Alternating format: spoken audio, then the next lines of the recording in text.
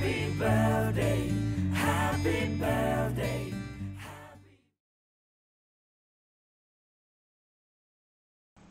Bonjour les loupiotes, je souhaite un très joyeux anniversaire à tous les signes du cancer.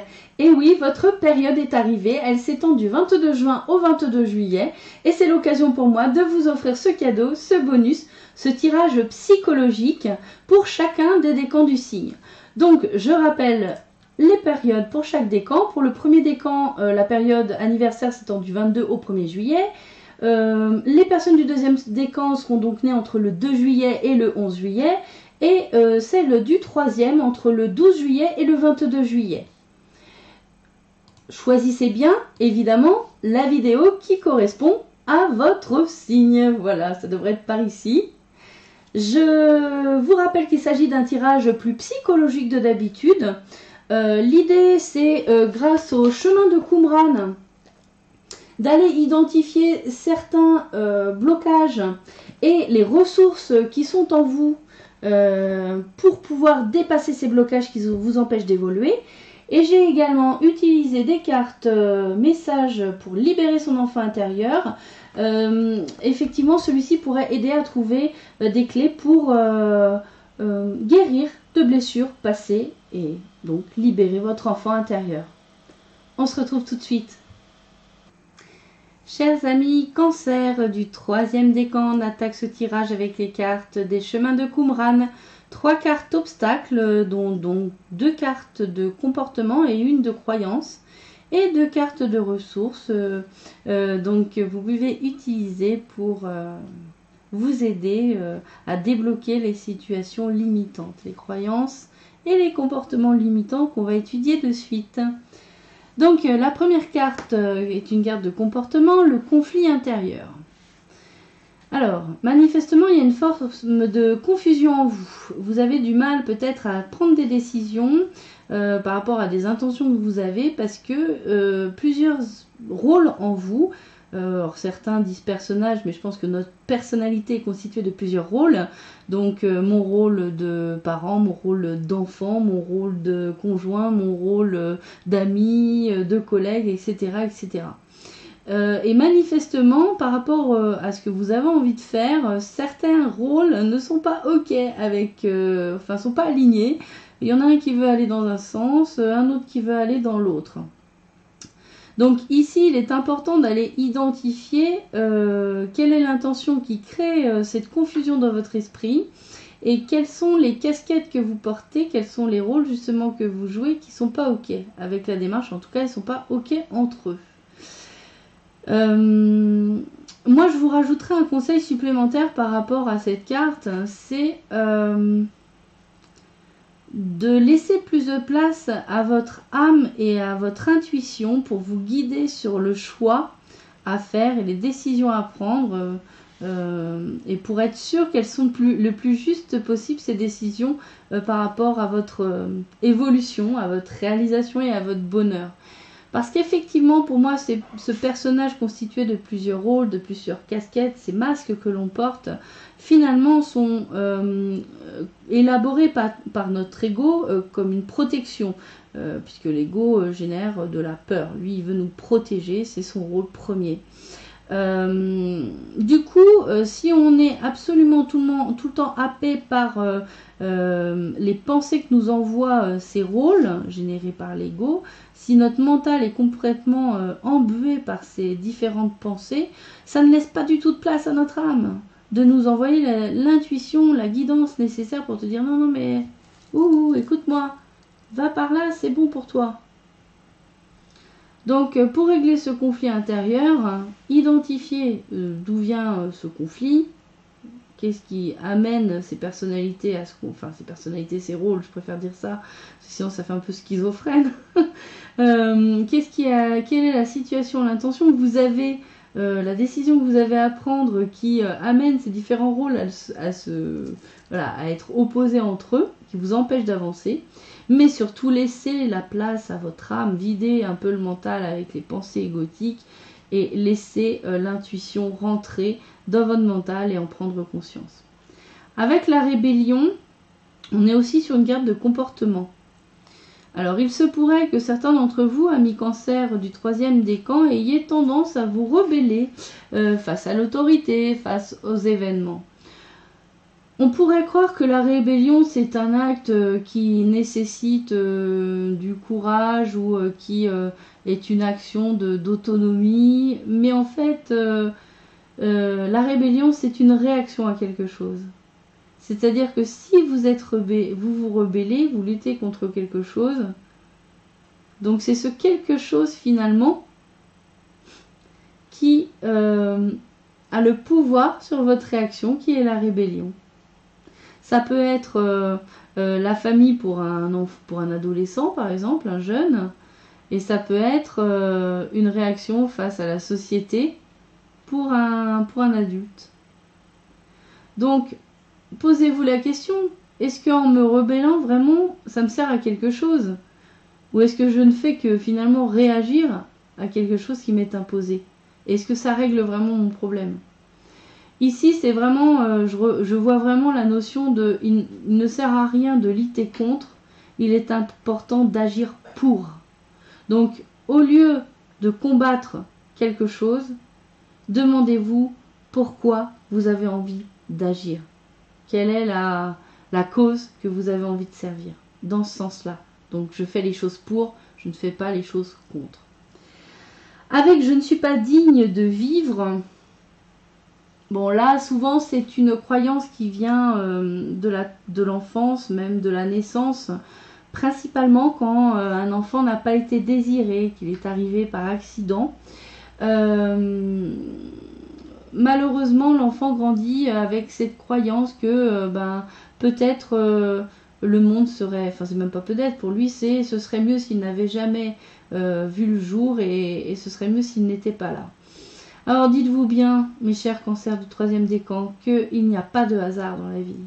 Si vous êtes né à ce moment, à cette date, dans ce lieu, dans cette famille, c'est qu'il y a une bonne raison. Et c'était prévu comme ça, et tout est pour le mieux. Le hasard, c'est Dieu qui voyage incognito dans ce monde. Donc vraiment, enlevez-vous cette croyance de ne pas être digne de vivre. Nous avons tous et toute notre place dans l'univers. Nous sommes tous et toutes une partie, une pièce du grand puzzle qui est le grand tout, qui est l'énergie divine. Notre place a de la valeur. On mérite tous d'être en vie. On a tous le droit de vivre. On est tous dignes de vivre. Et en plus, on doit tous faire en sorte de se réaliser pleinement et de rayonner ce que l'on est. Avec les deux cartes ressources, donc nous avons l'introspection et le partage. Alors l'introspection finalement est une ressource très importante. C'est quoi faire une introspection? C'est tout simplement revenir à soi-même. C'est prendre le temps d'aller rechercher en nous-mêmes des informations, ses ressentis, se recadrer. C'est-à-dire au lieu de focuser en permanence sur ce qui se passe à l'extérieur, regardez un petit peu ce qui se passe en moi. Vous pouvez, il y a plein d'activités qui permettent de faire ça. Vous pouvez faire du yoga, faire de la méditation, aller vous promener, faire une activité qui vous plaît. Enfin, voilà. Prenez ce temps de même ne rien faire.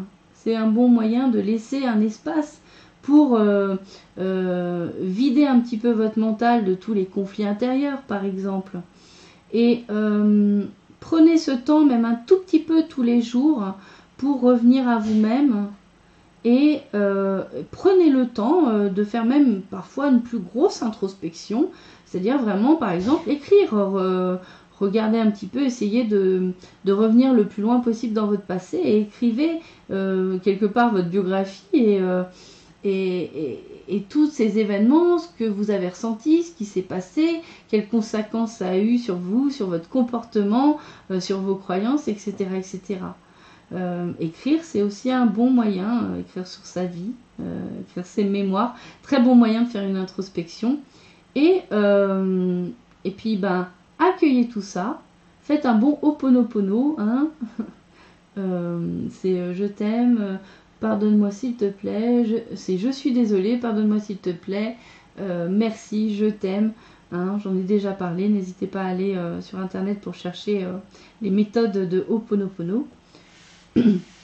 Et réussissez justement, grâce à l'introspection, à débloquer toutes ces situations bloquantes du passé, toutes ces croyances et tous ces comportements qui vous empêchent aujourd'hui d'évoluer et d'être vraiment vous-même et de vous réaliser dans le bonheur, dans la joie. Avec la ressource, le partage, alors vous êtes invité à créer une relation gagnant-gagnant avec les autres, c'est-à-dire une relation dans laquelle vous pouvez donner et recevoir, vous pouvez être aimé pour ce que vous êtes, et vous aussi aimer inconditionnellement l'autre. Alors si cette carte vous invite à faire cette démarche-là, c'est peut-être que dans le passé, vous avez eu des relations avec les autres, des relations ce qu'on appelle toxiques, en fait des relations dans lesquelles vous avez souffert, des personnes qui vous ont fait souffrir. Donc ça vous a amené à la conclusion que l'autre était source de, voilà, de souffrance pour vous, que l'autre était finalement voilà, toxique, mauvais pour vous, et que vous étiez finalement dans un rôle de victime dans ces relations. Là, on vous invite vraiment à sortir de ce triangle, hein, victime, bourreau, sauveur, et de reprendre votre responsabilité dans vos choix et dans vos actes, dans votre vie, et décider que dans ma relation à l'autre, ce sera une relation avec un flux énergétique équilibré, je reçois, je donne, tout ça est fluide et l'énergie est équilibrée dans les deux sens. Avec les cartes messages pour libérer notre enfant intérieur, j'ai obtenu une carte tremplin et une carte évolution. Donc la première carte, ne cherche pas à combattre ton mental, tu lui donnerais encore de l'énergie. Il n'est pas ton ennemi, porte ton attention sur ton corps avec bienveillance, écoute-le et ton mental va s'apaiser. Alors c'est très intéressant par rapport aux cartes qu'on a eues tout à l'heure, parce que là il y a ce côté, ça rappelle l'idée de rébellion, hein, et puis l'idée de confusion également, hein, qui peut-être vous habiter en ce moment, les cancers du 3e décan. Donc ici on vous dit ça sert à rien de lutter par des argumentaires ou par la raison avec les différents rôles qui sont en vous. On vous invite plutôt que de vous concentrer sur ces différentes pensées qui arrivent dans votre mental et qui viennent finalement de vos rôles, de votre ego, hein, pour résumer, laissez tout ça aller et concentrez-vous plus sur votre corps. Ici, cette carte, elle nous parle d'ancrage.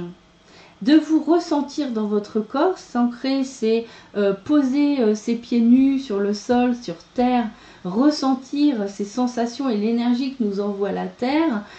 C'est également, ça peut être faire du sport, s'ancrer, ressentir son corps pleinement. Souvent quand on fait du sport, on va courir, peu importe ce qu'on fasse, mais souvent on dit que ça nous vide la tête.